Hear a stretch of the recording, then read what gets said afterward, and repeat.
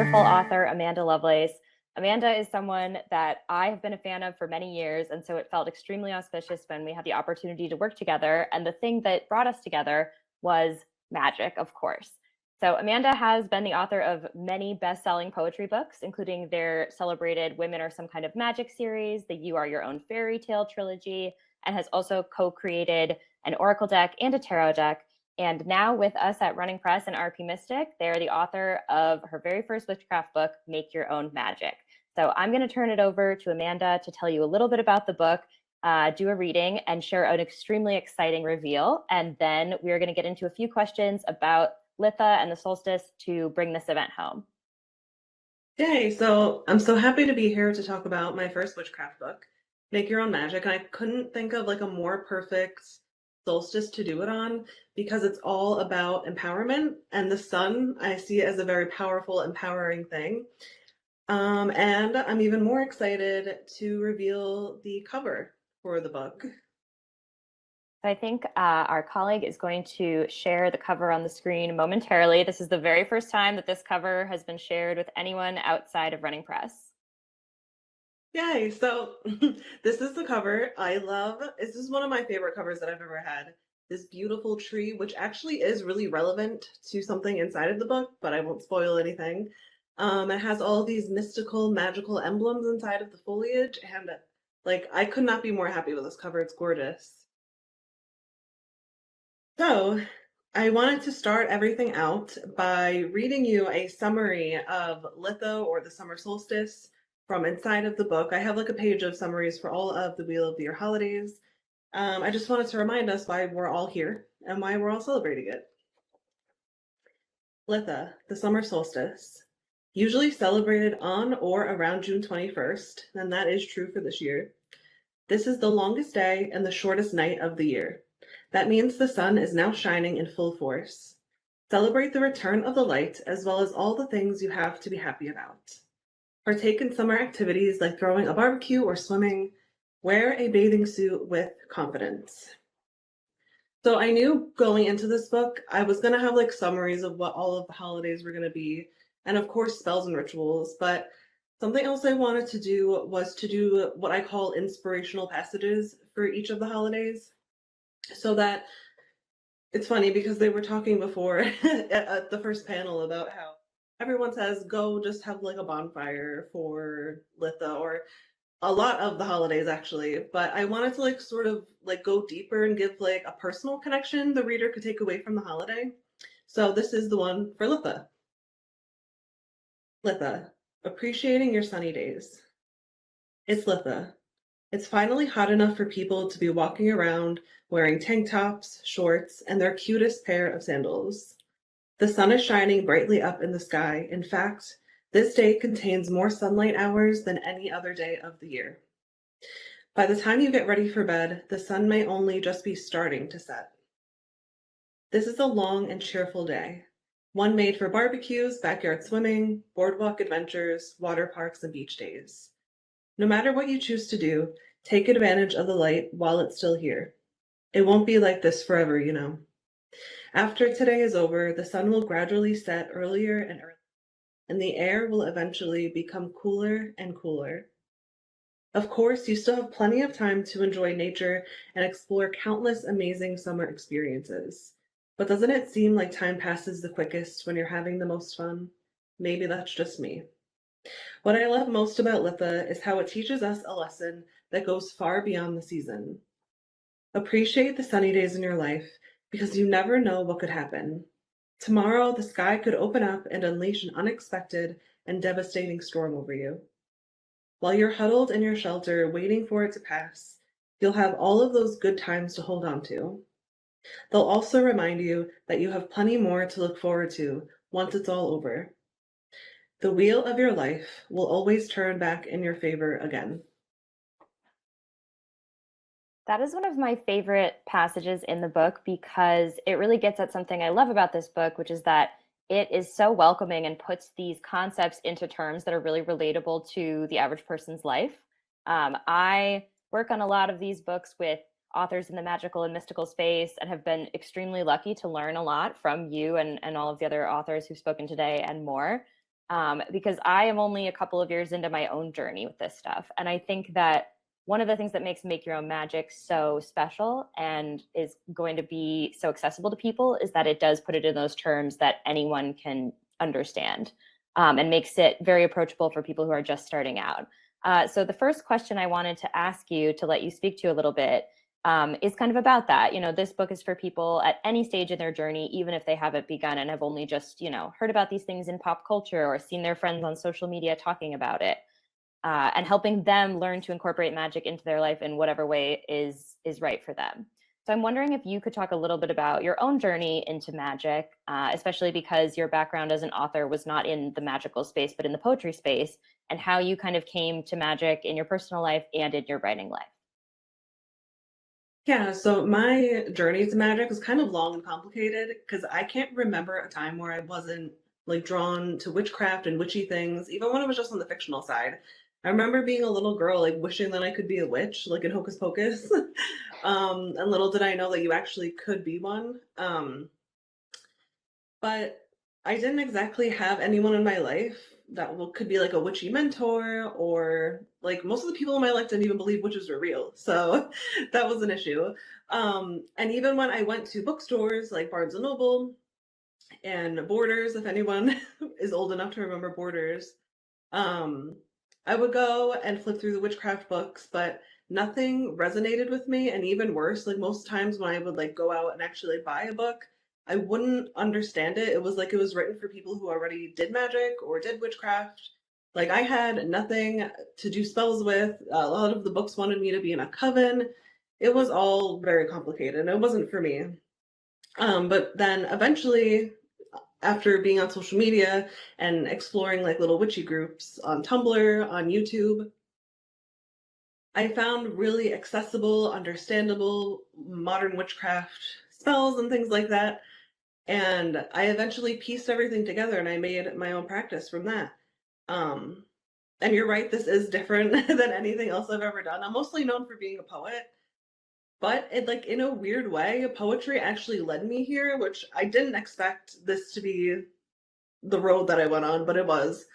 Um, so years ago, like you mentioned, I did an oracle deck, and that was based on my first poetry series, Women Are Some Kind of Magic. And that was sort of me like dipping my toes into the witchcraft space. And eventually that gave me the confidence to do a tarot deck. It's not out yet, but I worked on it a few years ago.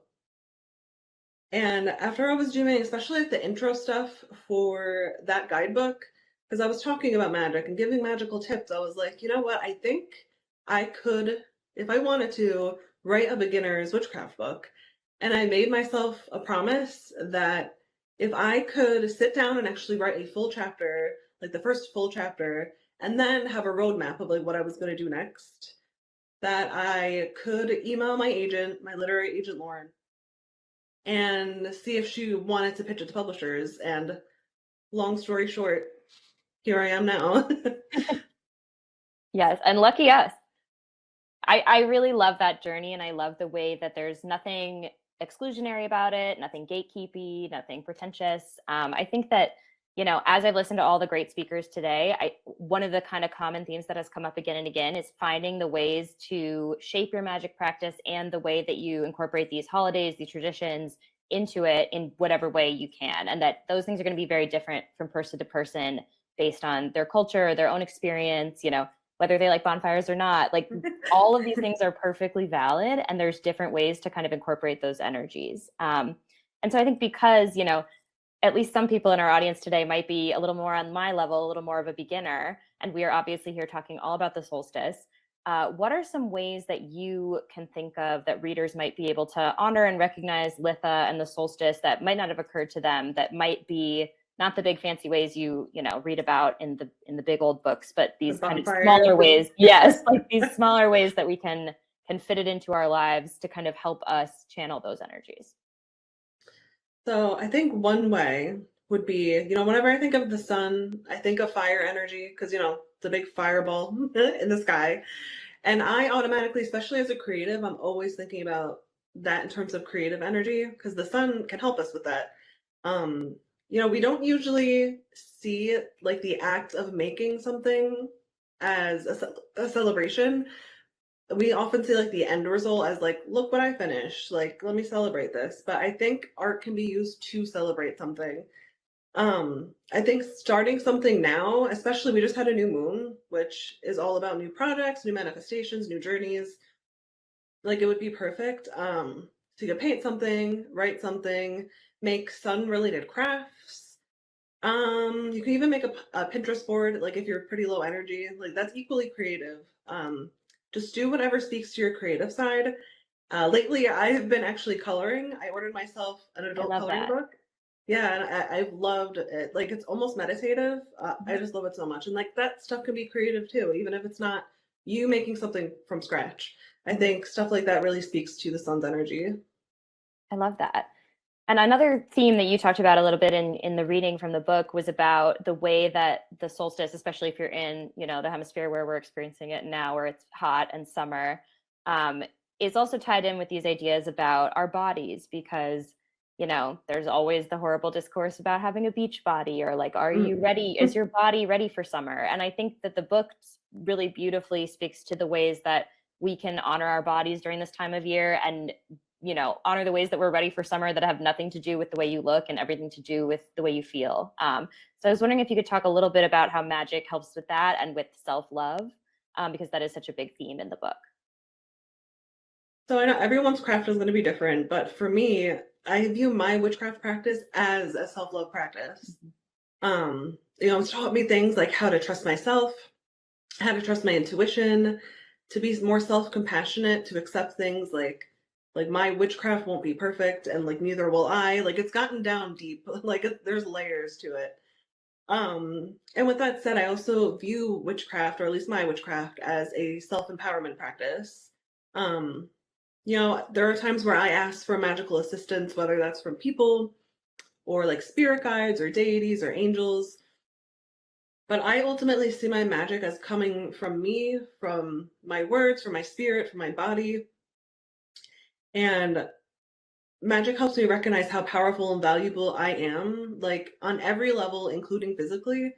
I explore this not by doing like disempowering and dangerous spells like weight loss spells and like get pretty overnight spells. I'm like my craft is the opposite of that.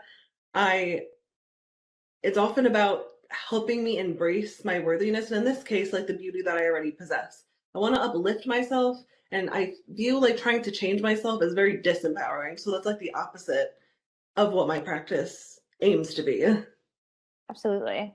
You put that so well. It already got me thinking about it in so many ways, and because of the way that affirmations are used in the craft and in the book, where it's not about saying things in hopes that speaking it will magically make it true. It's about saying it and having the conviction and the power that you are able to make it true because you believe it. And that the way you phrase the affirmation is not, I hope I can do this. It's to say, I will do this and I am Mhm. this. And I just think that's such a beautiful theme in especially your approach to magic that I've really had the privilege of learning from. Thanks. And so kind of my last question I want to ask, I know a few people in the chat did notice, I dropped a link to the book. The cover was revealed here. It is not up yet on our website, but it will be very shortly, and the book can be pre-ordered. It does come out early next year, so quite a few months between now and then. Obviously, right now we're all about the solstice. In the book, you talk about these different holidays, seasons, phases of the moon, days of the week, and how they all have their own energies that can affect us and our magic, and how you can use those even if it's not that time. So thinking about, the journey of the next year, the next cycle, what are some ways that we can incorporate summer solstice energy in our craft and in our lives, even when it's the dead of winter or even when it's not feeling very summery? Yeah, so I think I'm guilty of this too, but I feel like witches, often when we talk about doing magic, doing spells, we're talking about the moon, like how magical the moon is, intuitive, witchy, and she is. I love the moon. But I feel like we often lose sight of the fact that the sun is also magical. Again, I think I mentioned this before, but like the sun is very empowering magically. It helps with power, confidence, success, all of those things. And it can just generally energize us. I guess technically literally energize us and then magically as well. It can energize our tools, our spells. I think I involved the sun in one of my spells. I think it's for the Sunday spell in this book. with that in mind. So I would say pay more attention to the sun. You could start small, even just by like going outside to do your meditation, Mhm. making sure that you wear sunblock and everything. And you can even make sun water, which I've done before, especially if you need like motivation in the morning. Like it's all about that energy and success energy. And I feel like that's just energy you can tap into every day. You know, the sun is always there, even if there's clouds. Like she's up, he's up there somewhere. Um, so yeah. I love that. Well, thank you so much, Amanda. I am so excited for people to get a chance to read this book next year, and maybe earlier for some lucky folks. Uh, Thank you to everybody who joined us today for the solstice. I'm going to hand it back over to my colleague and fellow Shannon Fabricant,